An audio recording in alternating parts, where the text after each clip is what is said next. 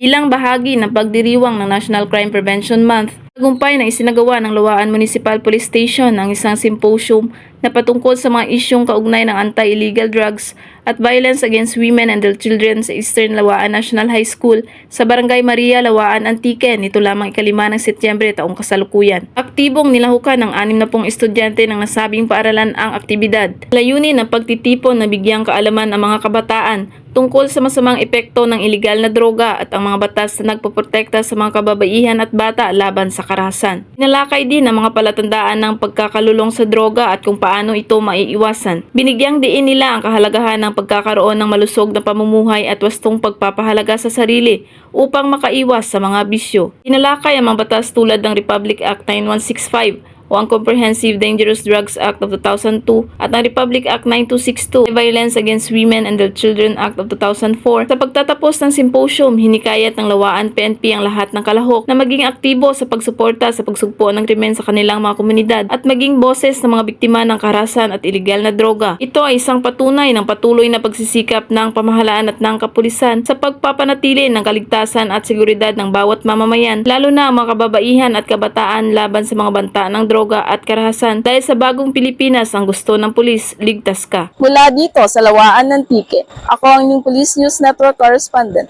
Patrolwoman Jolibel Albior, alagad ng batas, tagataguyod ng balitang pulis.